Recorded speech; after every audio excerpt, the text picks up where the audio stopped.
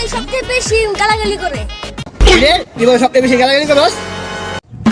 আর chairman সাহেব আমি বললে সবচেয়ে বেশি গালাগালি করে মারে বাপ কোন এলাকার ভিতরে কোনো খবর বলা করে আমি গালাগালি করি রাস্তা দিয়ে আইতাছি দেখ খবর বলা খারাপ মুতাছে ওর একটা দিলাম লাত্তি যে বললো খালের ভিত্তি ওই আর বাপের লই আইছে খবর পোলা দিলাম মাইক আবার এই খবর পোলায় লই আইছে চেয়ারম্যান হালার কাছে কোন চেয়ারম্যান সাহেব আমি গালাগালি করি কোনো বুঝলাম না তুই তো গালাগালি করছ না কি দোয়া বললি?